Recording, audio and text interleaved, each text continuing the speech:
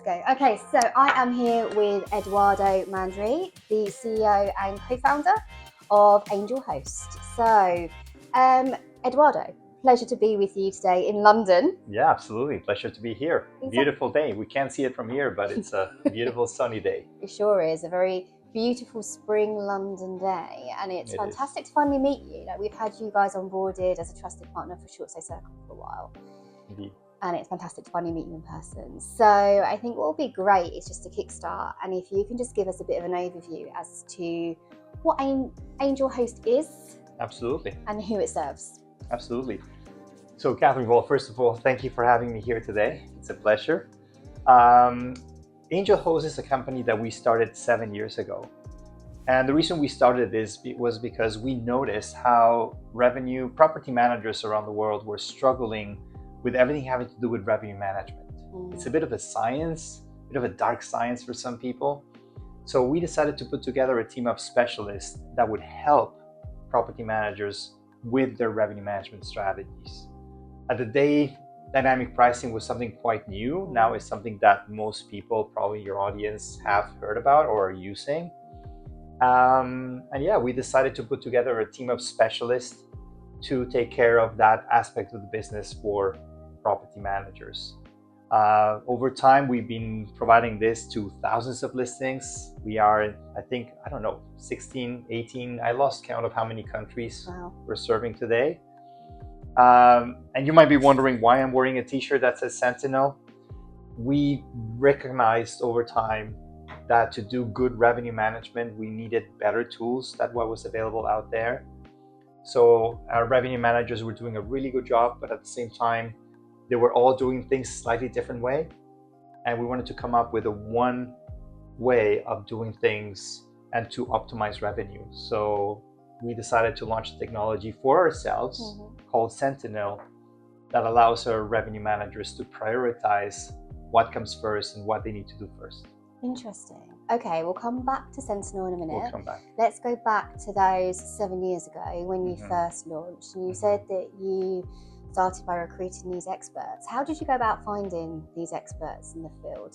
Yeah, well, I knew a bit about revenue management myself. I had worked at an airline for a number of years. Okay. And that was my first exposure into the world of revenue management. I've always liked math. And that's why it all started actually because with one of my properties, actually not one of my property, my vacation rental property, I had a property manager that was doing a tremendous job in managing it, cleaning, maintenance, paying bills. But when it came to revenue management, he was falling a little bit behind. And when I questioned him saying, hey, Roger, why don't you do more in terms of revenue management, dynamic pricing, change things around? He told me, well, I simply don't have the time to do this. It's very, very hard. Sorry. So yeah, that was basically the start of Angel Host. You asked me, where did I get that first talent? Like, where did we find them? I remember actually going online. I think it's a website called Upwork. And back then I was literally trying to find a freelancer that could help us with revenue management. And back then we found someone in Rome that had a lot of experience with short-term rentals. We decided to hire her a few hours a week. And as the months went by, she became our first revenue manager. And today she's our director of revenue management. Oh, wow. So she's still with you now? She's still with us 7 years later. Amazing. Absolutely. Amazing. Yeah. Okay, so you've expanded massively since then. And you're in, you said, 16, 18, multiple countries across the world. In terms of your values, can you talk us through what your values are and how they underpin everything that you do at Angel Host and now Sentinel as well? It's interesting that you asked me about the values because even before we started the company, I remember getting together with my co-founder, and parenthesis, Angel Host is actually the 7th company that I started. I'm a bit of a serial entrepreneur. I love starting things.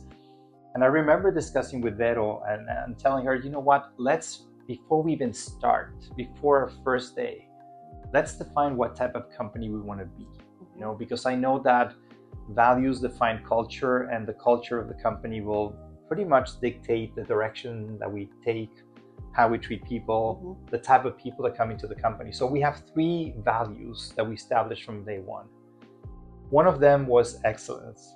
We knew that we wanted to do things the right way. We knew it was easy to try to take shortcuts, but we wanted everything to be done with excellence in mind. And it's not easy to every single day try to deliver with excellence, but at least it's a reminder of what we need to do to provide a good service, or in this case, a good software. The second value was growth. I knew based on experience that if you have a company that is growing, it's a healthy company. They say if you're green, you grow.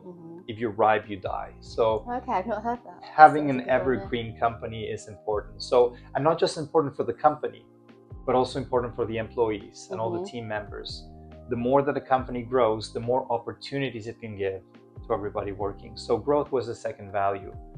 And the third one, and I really mean this one, was happiness. Like I've gone through developing different companies in my life, and the ones I remember the most, the ones I enjoyed the most, were the ones where I felt happy doing what I was doing. Doesn't mean I didn't have stress. Stress will always be there. It's not like fantasy land, but at least feeling happy and proud about what you're doing is an important value.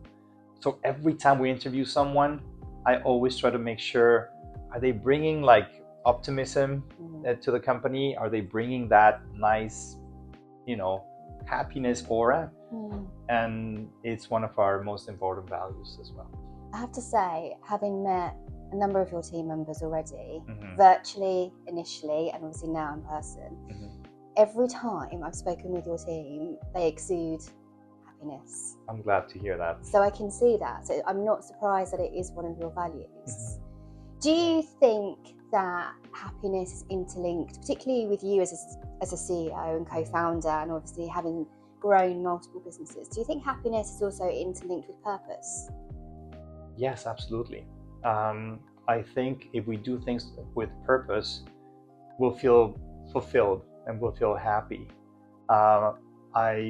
We have different positions within the company that sometimes you might think, well, they're extremely basic, and we've been able to hire some very capable individuals that just graduated from school, that even though they're doing a very basic task, they see how it can help them in their careers, how it can help them learn more, how in the process they're actually, helping others. So they feel the purpose of what they're doing, both for themselves and for our clients, and that drives them. And that drives them to also stay in the company. And as long as we grow, as long as they're happy, as long as they're doing things well, we have a win-win situation. I'm actually quite happy to see that. I would say from all the leadership positions we have today, and I would say probably have 8 directors, out of the 8, actually all of 8 have been with us almost from the beginning. Wow. Okay. So the last one that we hired 3 years ago told us that the reason he accepted the position with us was because he looked around and he realized that every director had been there, had started a company and was still there with us. So that retention is good for you. Retention is key, both in terms of employees and in terms of clients as well. Absolutely. And then one more thing. So the first value that you talked about there was excellence. Yes. And how that underpins what you do. How do you define what excellence looks like?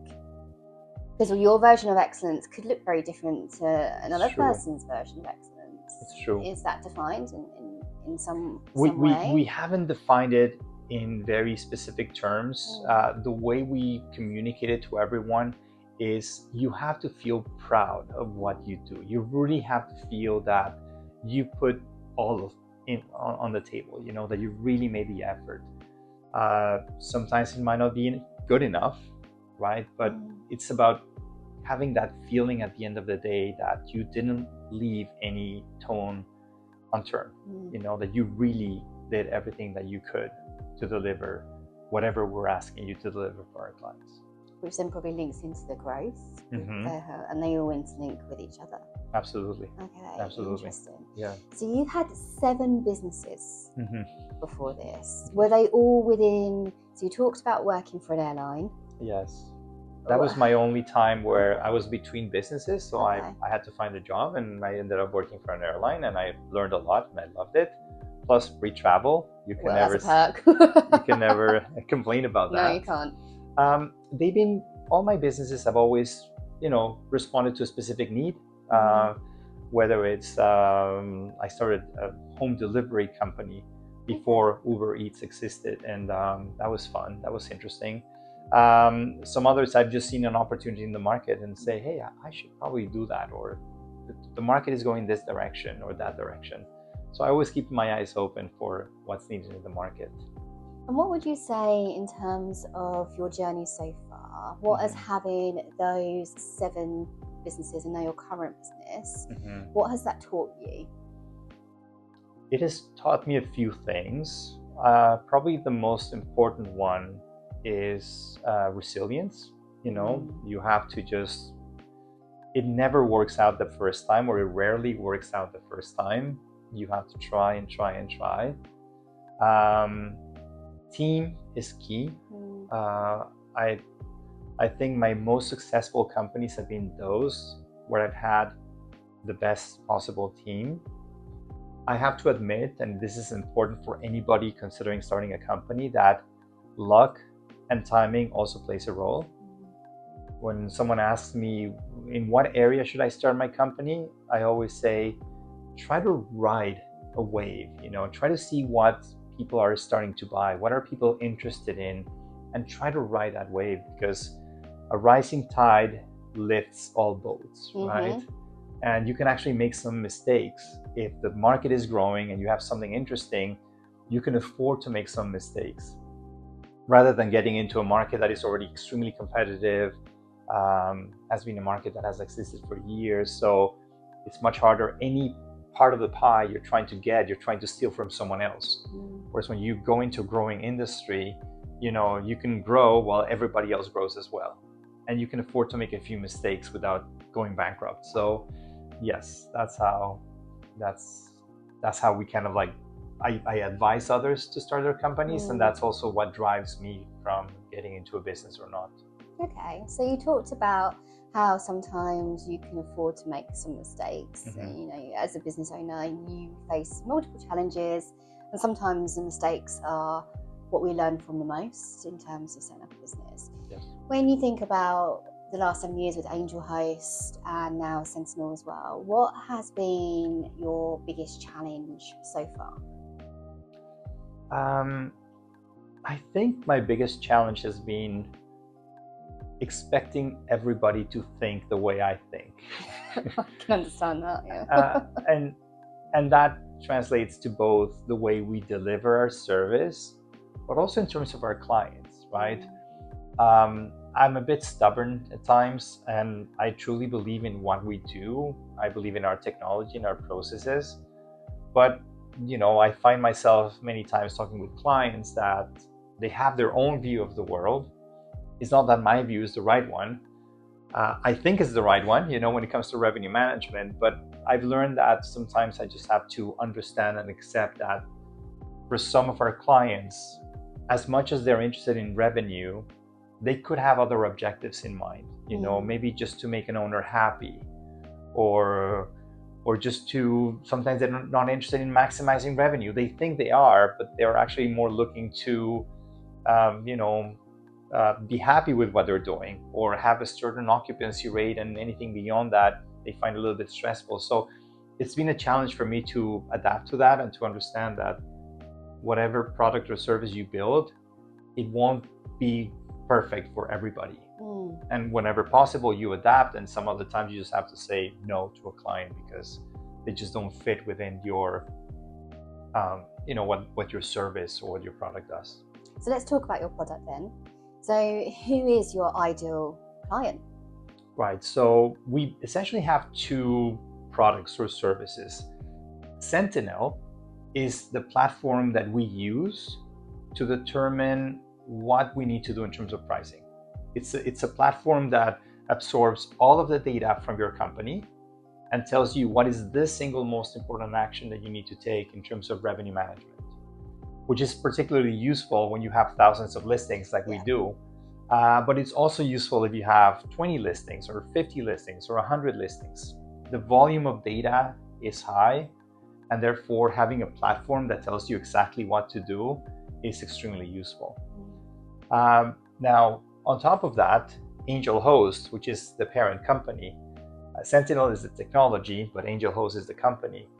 Angel Host offers the service of doing revenue management for our clients. And for that, we have clients that maybe have 5 listings or 10 listings or 50 listings.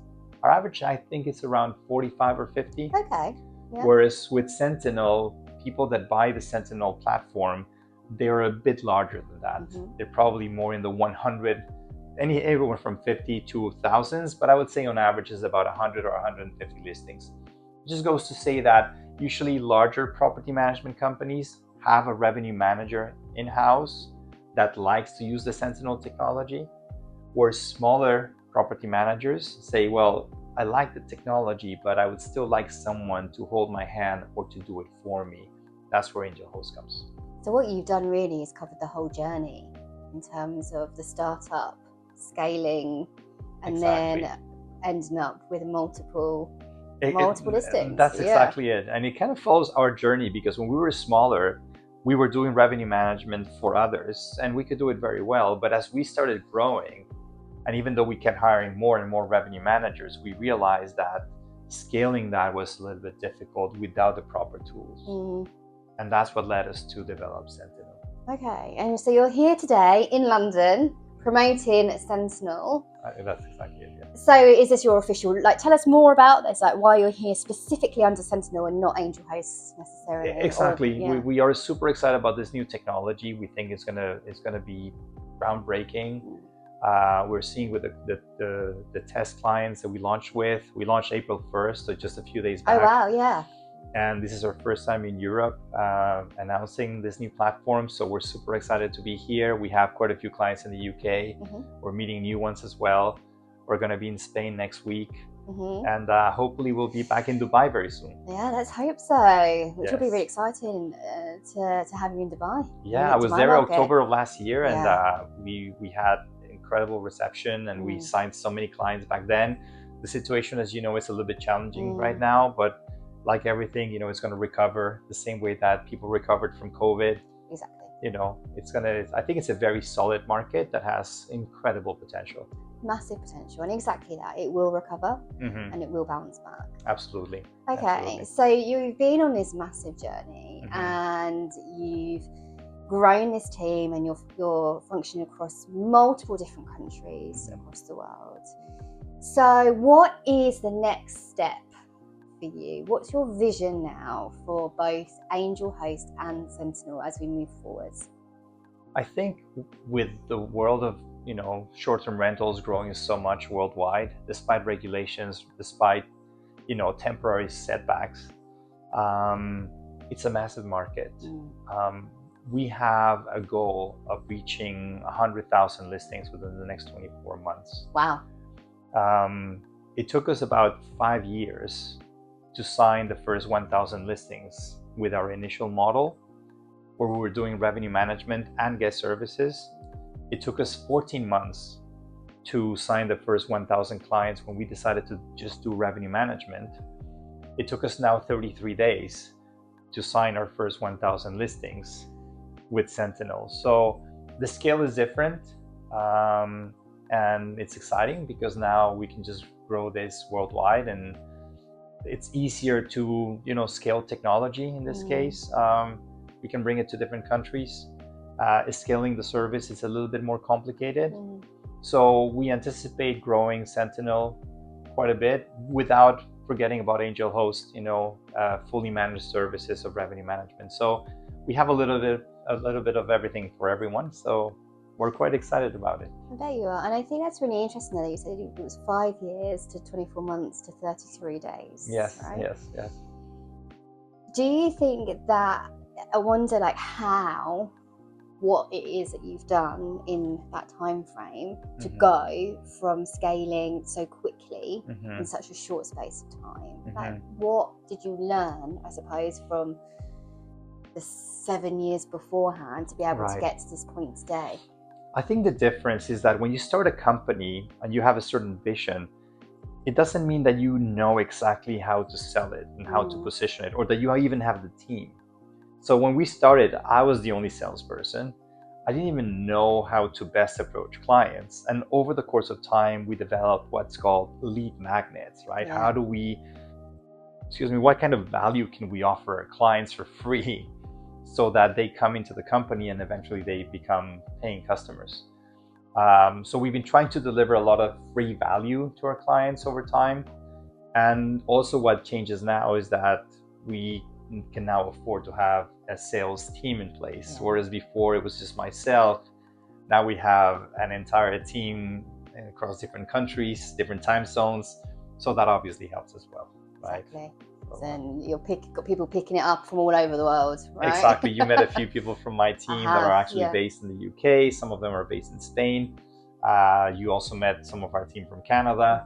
You haven't met the team from Latin America, but we have, exactly, in the US. So we have teams all over the place, and that certainly helps. Yeah, absolutely. Yeah. Okay. So big plans for both Sentinel and Angel Host. If somebody's watching this, and we'll have people who are just starting out, people who are well established, people from all over the ecosystem. But if someone was just starting out, what bit of advice would you give them in terms of a revenue kind of perspective to help them succeed? Right. I think one of the most important things, if anybody wants to start in the world of property management, and they're thinking of revenue management, is there's incredible tools out there that capture the information from your market. And I'm a big believer in data and believing science, right? So don't try to just start pricing things whatever feels right, because while you might get things right sometimes, it's going to happen more often than not that you won't.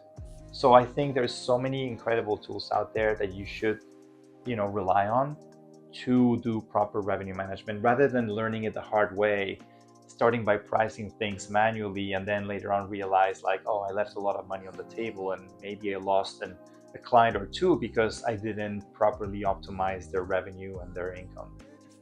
So yeah, just save yourself the trouble, of trying things and then for them not to work out, and just try to figure out what is the best technology out there for you to deliver the service as a property manager.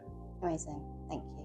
Thanks, Eduardo. It's been really interesting to hear more about you and to meet you properly today. And I'm sure this won't be the last time either. I'm sure we'll catch up again very soon. Anytime, Katherine. It's been a real pleasure, and it's nice to see you in person here. Thank you. Thank you.